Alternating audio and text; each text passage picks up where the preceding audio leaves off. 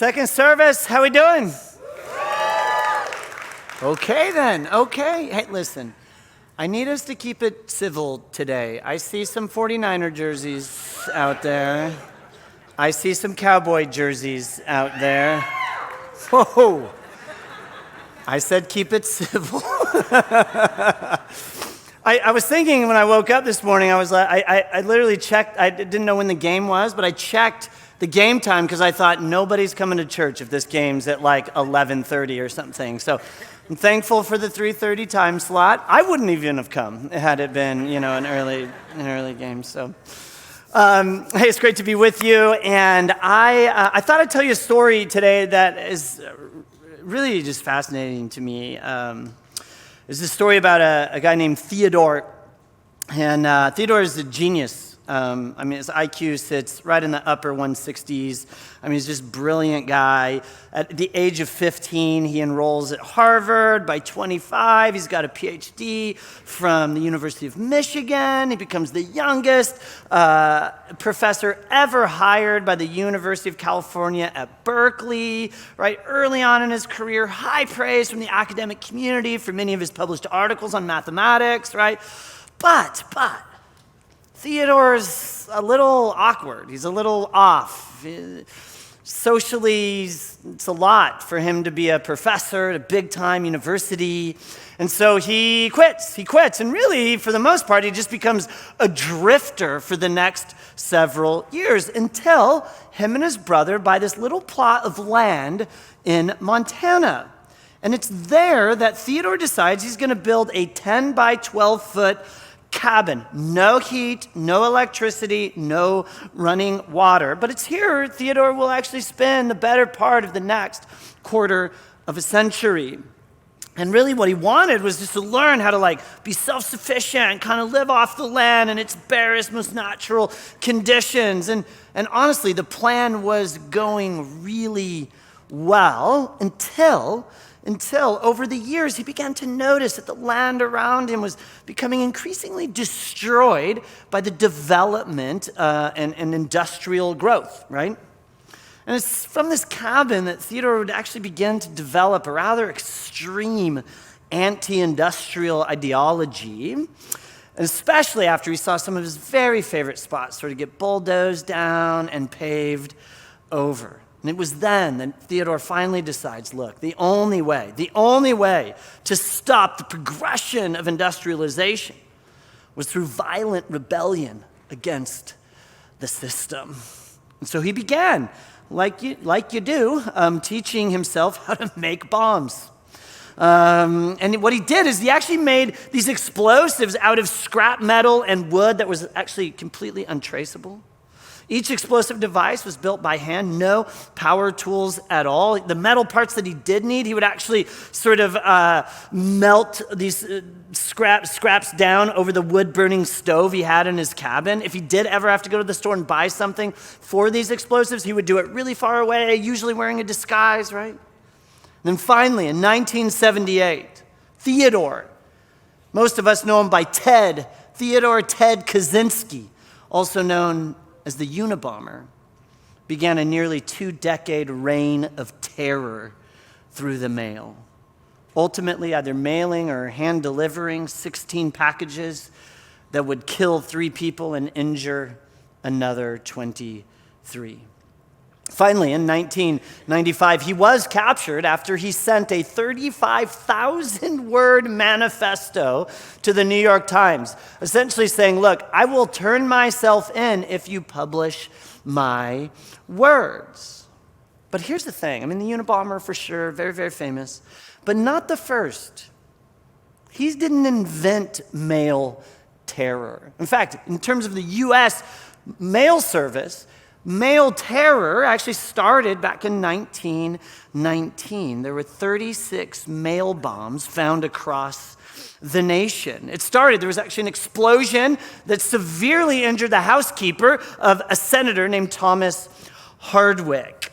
And the incident, of course, made headlines. And one day, a postal worker up in New York, he sees the headline and it dawns on him. He has actually seen a bunch of packages that look just like the package that was meant to kill that senator. And so he runs back to his post office and he tells his boss, like, look, I'm pretty sure we've got some of these packages that might have bombs like the one in Georgia. And so they rush and they find all these boxes with the stamped Gimbel Brothers. They were headed to the Gimbel Brothers, a big department store, and inside of all of them were hollow blocks of wood stuffed with dynamite. But it didn't stop there. Later in 1936, a man in Pennsylvania is killed by a bomb that gets mailed inside of a cigar box. It was over a local union disagreement.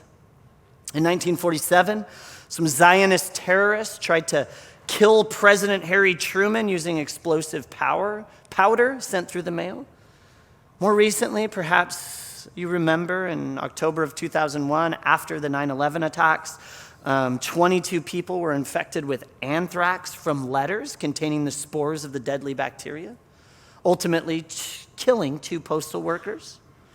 And of course, most recently, just a few years ago in 2018, 16 packages containing explosives were sent via the USPS to prominent leaders within the Democrat political party. Listen, mail, for good or evil, has been used to get the message across ever since the Egyptians came up with the idea 4,500 years ago. And in our teaching series, Mailbag, Ancient Letters, Modern Lessons, we're spending a few weeks looking at the power of mail, the explosive power of mail, we might say, by examining some of the most influential letters in the history of the world. Our area of focus is actually a collection of 13 letters that have all been attributed to one man. Today, the world knows him as the Apostle Paul. And as we mentioned last week, the Apostle Paul is a big deal, not just in Christian or religious circles, but really in all the circles. And it's why I think this teaching series, if you're here and you're a Jesus person or you're here and you're not a Jesus person, I think this series is important for all of us because the Apostle Paul and his collection of 13 letters are a big deal. In fact, everybody agrees. People within the Christian tradition, people outside the Christian tradition, everyone agrees that these 13 letters from this guy, Paul, helped shape all of Western civilization and the world that you and I live in today. And yes, not everyone believes what Paul believed, but everyone agrees that what Paul had to say is some of the most culture-shaping words ever written. And it's important. It's important just as people who live in the Western world that we know kind of how we got to where we are today. And Paul's letters give us a clue. And it's why we're exploring them. And what we're doing is really, really simple. Each week we just pull one of those 13 letters and we just take a look at it, kind of a little bit of a deeper dive. And we try to answer 3 questions. And here are the questions. The first question is, who is Paul writing to? Like, who is the letter addressed to, essentially? And why is that significant? 2, why was Paul writing them? Well, what caused him? Writing letters was way more difficult 2,000 years ago than it is today. So why would he spend the money and time? And typically you'd have to hire actually a letter writer. It's the whole thing, right? People didn't have like desks like we do and we just pull out a piece of paper or, pull out the MacBook or whatever. It's a whole complicated, why would he do that? Why would he feel the need to write these letters? And then 3, what's one thing that you and I should know about the letter? There's lots of things. Again, these are culture-shaping letters, so there's so much in them, a lot of depth, a lot of richness, but we're just going to look at one thing. We really just have time to mention one thing about what you need to know about each of these letters. And so this morning, that's what we're going to do. We're going to pull out a letter, and we're going to try to answer those 3 questions. And today, we are pulling out the letter that Paul wrote to the ancient city of Ephesus, to Christians specifically living in the ancient city of Ephesus. Today we call it the book of Ephesians. And so let's dive in. Who was Paul writing to? And yes, on a very basic level, he's just writing to the Christians in Ephesus. But on a deeper level, what kind of city was Ephesus? I mean, what was dominating the conversation 2,000 years ago in the city of Ephesus? What kind of people lived in Ephesus? How did Paul even know the Ephesians? And I think we can start, and this is just a real simple way to start, but Ephesus was a super important city in the ancient world in Paul's day. Ephesus at the time of Paul, I mean, you had Rome, but then basically number 2 in terms of influence in culture and commerce, right, the business world.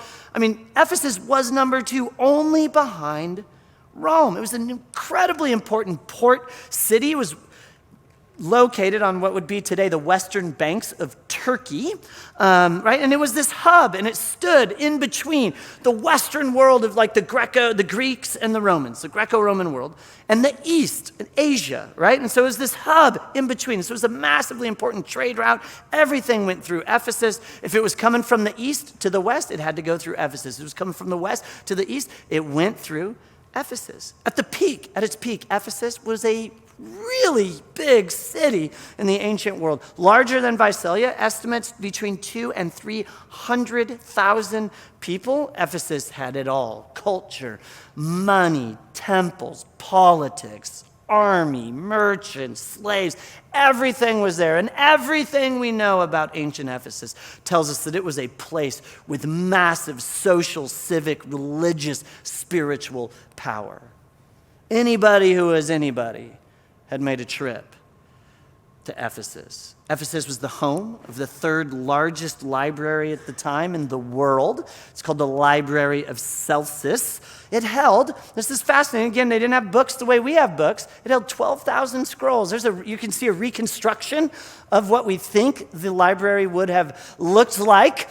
And you can also see the ruins of what is still standing today. Ephesus was also home to one of the 7 great wonders of the ancient world. It was a religious temple dedicated to the goddess Artemis. Her temple was known as the Artemision.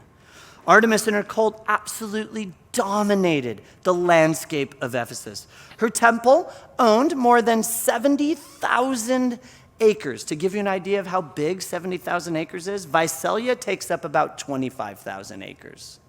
So a massive, massive piece of land, right? People from all over the world came to just look at the temple, which they believed to be the home of the goddess Artemis. In fact, one ancient poet talked about her temple this way: "He who has laid eyes on it once will be convinced that the world of the immortal gods has moved from the heaven to the earth." In other words, to just see the Artemision, to see the temple dedicated to Artemis, was to look at a collision between the heavens and earth. It was unbelievably beautiful.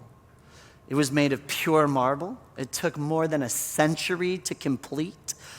It was 400 feet long, so a football field's 300, right? So 100 feet longer than a football field. It was 180 feet wide, 60 feet tall. It had 127 60-foot tall columns that surrounded the outside of this temple. And these columns were huge. They weren't just 60 feet tall, they were 6 feet wide. There was a main altar in the temple that was 66 feet by 100 feet. It was housed in what would be the inner sanctuary of this temple. And on top of this altar was a 50-foot statue of Artemis.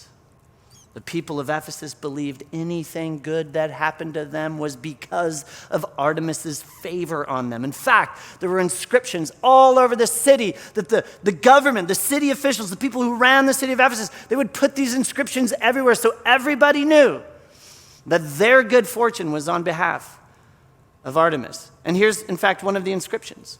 "Since the goddess Artemis, leader of our city, is honored not only in her homeland, which she has made the most illustrious of all cities," they're talking about themselves,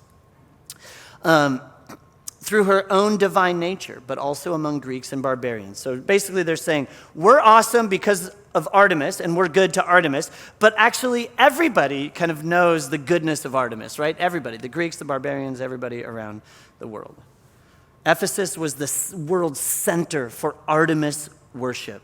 She had a spring festival that would draw about 1 million pilgrims who would come and worship her at her temple.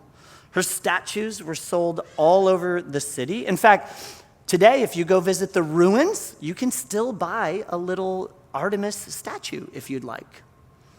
She was a major portion of the city's economy. I mean, there was a massive industry, right? I mean, you could buy Artemis t-shirts, breath mints, candy, whatever, right? I mean, it was everything. And I mean, it was big for the locals. It was big for those million tourists that came, right? And before, and this is why all of this is so important, before Paul ever writes a letter to the Ephesians, he actually lived in Ephesus for 3 years. And he arrives with his message of love and the way of Jesus, very much in the shadow of Artemis and her great temple.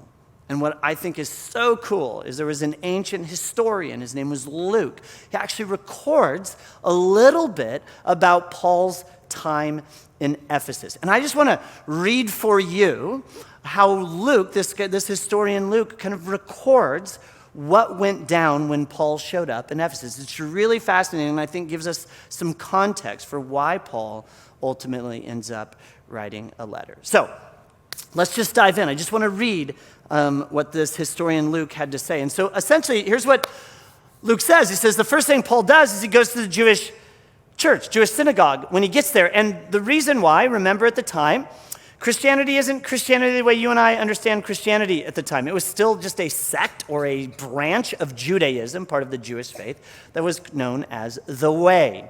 So he goes to talk to Jews about Jesus.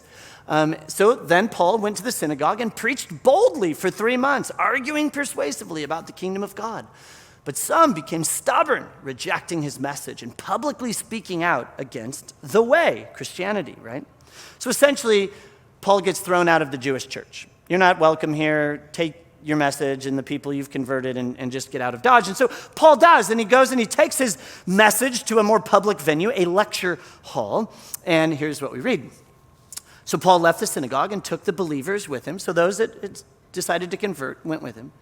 Then he held daily discussion at the lecture hall of Tyrannus. This went on for 2 years so that people throughout the province of Asia, both Jews and Greeks, heard the word of the Lord, right? So awesome. Things started out poorly, right? The Jews were not excited about Paul, a couple, but not a ton. So he takes it public.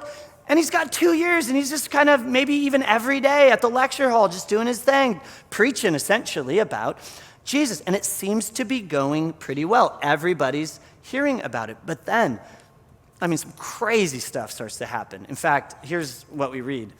God performs unusual works of power through Paul's hands now. So it's not just preaching now. There's like some crazy stuff going down. And people used to take their handkerchiefs or towels that had touched his skin, and they'd put them on the sick, and then their diseases would leave them, and evil spirits would leave them. Like, what? Okay, now all of a sudden this is, if you hadn't gone to hear Paul preach in the lecture hall, you are now hearing stories that even if this guy wipes his sweat with a towel, you can take that to your sick mom, put it on her, and she'd be healed. Like that story is going to get told again and again and again. In fact, that's what we're told happens. Next slide, there it is. This became common knowledge among both Jews and Greeks living in Ephesus. Fear came on all of them, and they praised the name of the Lord Jesus. Many people who became believers came forward to make public confession, revealing what they'd been up to. That's what we're going to start doing. Y'all have to make come up here, public confession, revealing what you've been up to, right? And so this is what's happening, right? There's a bunch of people saying yes to Jesus, and apparently they've got a lot on their chest they need to just let loose of, and so they're just confessing all of their sins publicly. The story goes on. Some who had been practicing magic brought their books and burnt them in front of everyone. And someone calculated how much they were all worth, and it came to 50,000 silver pieces. Okay, so apparently there's like sorcerer, magician types, right? And they convert to the way of Jesus, and in response, they decide to have a book burning party. And 50,000 silver pieces today, $5 million or so, right? Give or take, right? So this is a big deal. This isn't like, oh, we had a little bonfire in the backyard. They're burning $5 million worth of, Harry Potter spells, and and this is a really, really big deal. But don't miss the significance. Now, sure, Paul, you can preach in the lecture hall, but now your preaching is costing us money. $5 million, in fact. We can put a number, Paul, on what your message is doing to our local economy. And this does not, while some people, the sorcerers are loving this, they're burning books, they're like, whatever, we're all about Jesus now. But there's a bunch of people who decide, we don't like the direction this is going at all. In fact, here's how Luke records it. About that time, there arose a great disturbance about the way, as in some people are ticked off about this thing. A silversmith named Demetrius, who made silver shrines of Artemis, brought in a lot of business for the craftsmen there. So it's not just books they're burning. Paul's running around saying, you shouldn't worship Artemis, you should worship Jesus. And by the way, now we do apparently, t-shirts and breath mints and candy in the name of Jesus, but back then they didn't. But Artemis did, right? Artemis had all the stuff you could buy. And Paul's telling them not to buy it. And Demetrius and some others are getting fairly annoyed by this. He calls them together along with the workers in related trades and said, my friends, that we receive a good income from this. We're feeding our kids and paying the mortgage because of Artemis and the little shrines we make of her, right? Story goes on. And you see and hear how this fellow Paul has convinced and led astray a large number of people here in Ephesus. As in, he's convincing people to stop buying our stuff, right? He says that gods made by human hands are no gods at all. Big liar, right? There's danger, not only that our trade will lose its good name. Look how this Demetrius is now appealing to like the spiritual nature of things. Really, this is about his wallet. But also, yes, we're going to lose money, but also the temple of the great goddess Artemis will be discredited, right? Our whole city would lose favor in the eyes of Artemis, right? Who's worshipped throughout the province of Asia and the world. She'll be robbed of her divine majesty. The message of Jesus is having an economic impact on the city of Ephesus. Paul's message still takes issue with idolatry. Artemis worship, having little Artemis statues, idolatry, right? And so if you were saying yes to Paul and his Jesus, you were saying no to Artemis and all of the trinkets that you could buy and put in your house.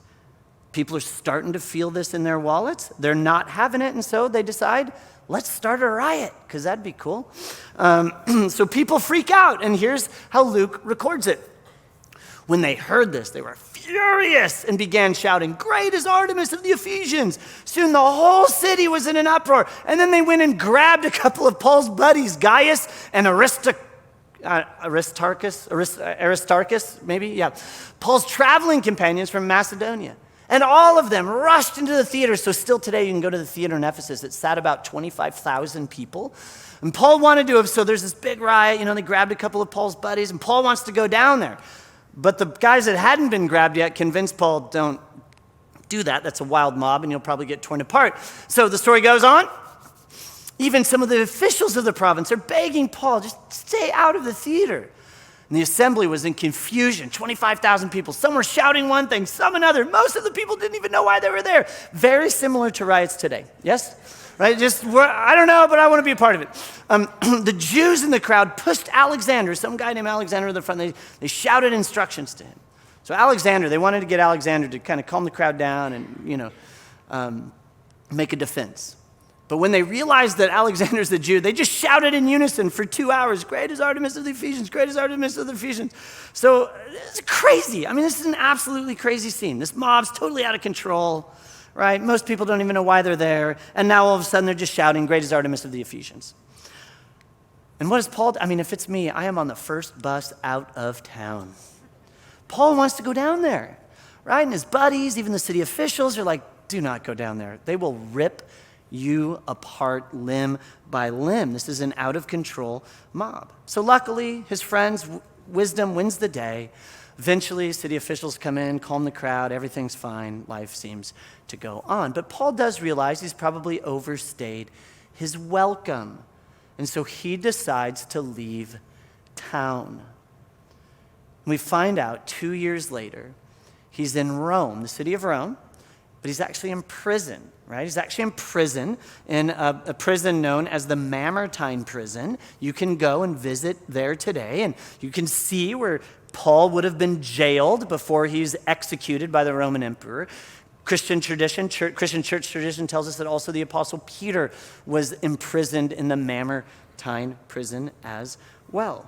And it's here that Paul decides to write a letter to his friends in Ephesus, right? So imagine that. Paul leaves. We've still got this little group of Christians in the shadow of the temple and Artemis's 50-foot statue and all of that. This is post-riot. It's crazy, right?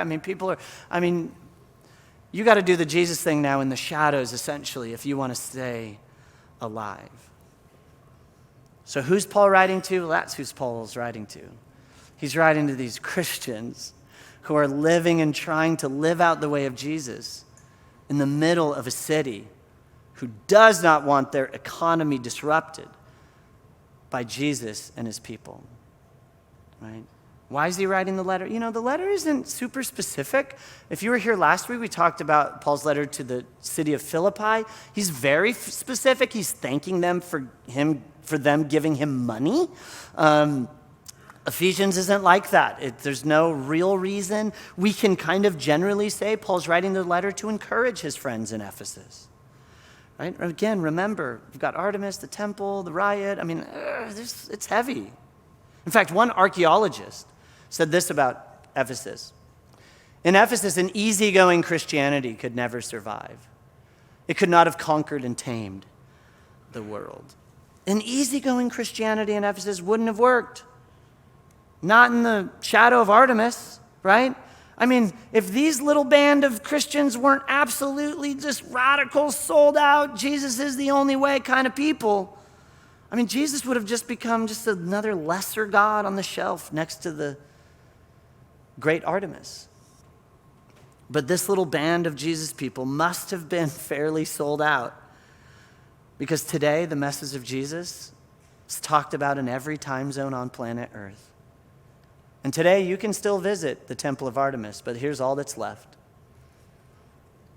One of the 7 great wonders of the ancient world has a pillar and some ruins. But today you and I are here talking about Jesus, largely because a little band of Christians in the city of Ephesus, in spite of an entire industry being against them, in spite of a giant temple, the goddess Artemis, they somehow figured out how to stay faithful to Jesus and his way of love.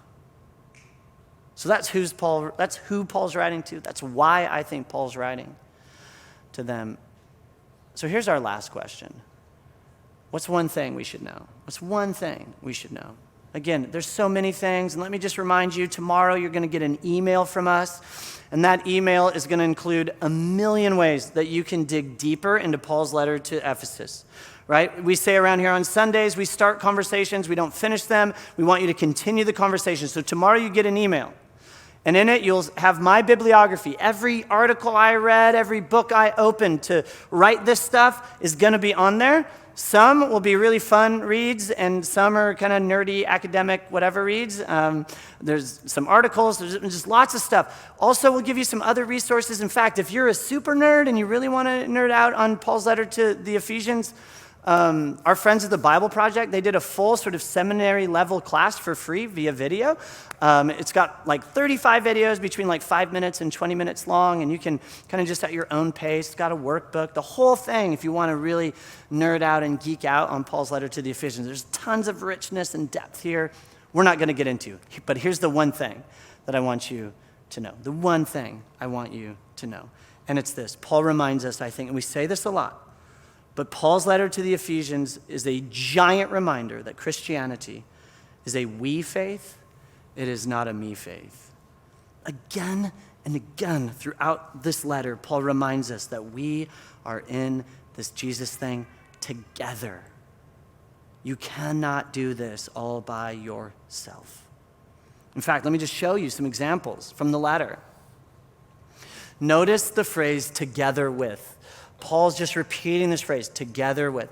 God made us alive together with Jesus, right? So part of Christian thinking is that when you say yes to Jesus, you're made alive in this. You've become a new person, a new creation, Paul will even say later.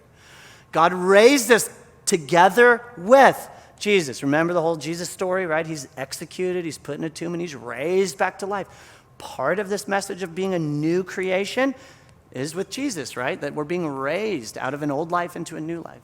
God seated us together with Jesus. We're citizens together with other Christians. We're joined together with other parts of God's family. We're being built together with other parts of God's family. We're heirs together. We're members together with each other in the body. Paul uses a metaphor of the church, the local church, as a family and as a body, that we're one body, many parts. We are sharers together with each other in the promise of Jesus. We are joined together with each other in Jesus. We are held together with each other in Jesus. Again and again and again, this phrase, together with. That's it. That's the Christian life. This is not an individual sport. This is a team sport. We could say it like this: Christianity without community is hollow, heartless, and completely misses the point of what Jesus intended for us. As in, if you think you can do Jesus all by your lonesome, you are dead wrong. You're dead wrong. It is not about you and Jesus. It is about we and Jesus, right? And if you're here and you're not a Jesus person, just know you don't really get to be one by yourself.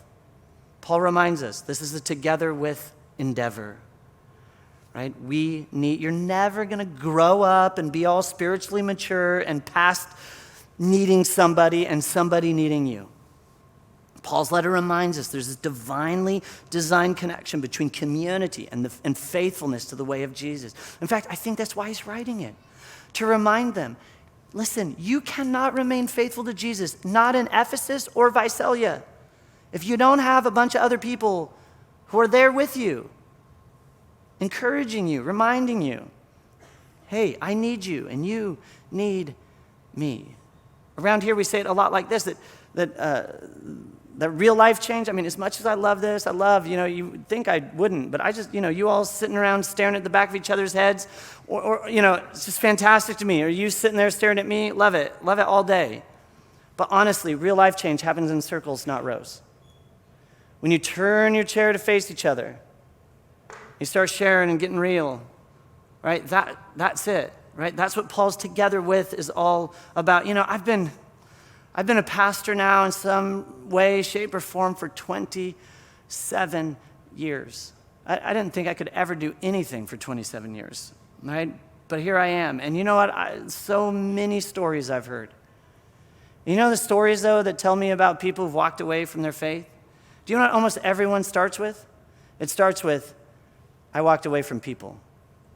I just stopped doing the church thing. I stopped hanging out with my tribe, my people, my group, my together with, my circle, however you want to talk about it. They began to isolate themselves, and so as soon as they were isolated from people, they isolated themselves from their faith.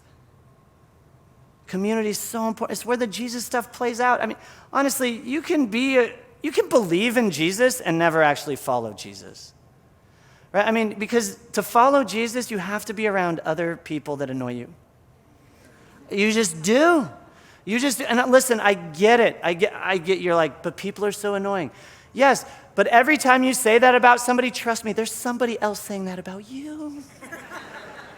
You're annoying too, right? Like, we're just people. Listen, I have been at Neighborhood 15 years, more than 15 years. I've been the lead pastor here for more than 7 years, and I can tell you, some of you are extremely annoying. We make fun of you behind your back. What else? What other joy do pastors have? That's what we do. Right? But that's okay, because we know that we're annoying too, and that we annoy you, and it's okay. So the one question, I think Paul's letter to Ephesus is saying, there's one thing you need to know. It's the answer to this question. Do you have a circle of people that are like your people? That they have permission to speak into your life, and you've given them, and they've given you permission to speak into their life, right? And that's it. Because without them,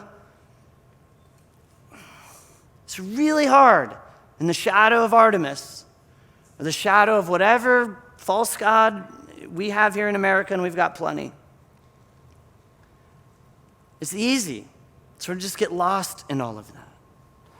And it's why, I think more than anything, today I just want you to ask yourself that question. Who are my people? Who are my people? And some of you, outside of any formal neighborhood program, you have people.